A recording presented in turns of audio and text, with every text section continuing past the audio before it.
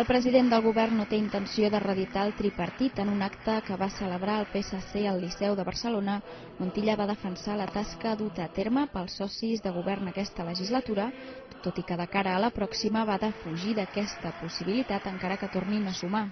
El tripartit ha fet un gran servei, escolteu, però el seu temps ha passat. No el reeditarem, encara que sumem.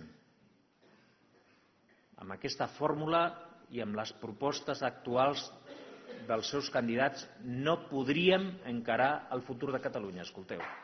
Ara cal fer un punt i a part, Des de l'oposició, Artur Mas no se'n refia. El president de Convergència i Unió va alertar que si els tres partits poden, tornaran a reeditar la mateixa fórmula. Tots es posen una mica lluny d'una fórmula que saben que com a mínim el 80% de la gent d'aquest país no vol que torni a funcionar. Tots es posen una mica en guàrdia de tot això, no? Però atenció, una cosa són el que diuen ara, una altra cosa és el que faran l'endemà de les mateixes eleccions. Però els socis del tripartit també tenen les seves condicions per governar. Des d'Esquerra, la celebració d'un referèndum, una proposta que han avalat 70.000 militants i simpatitzants del partit.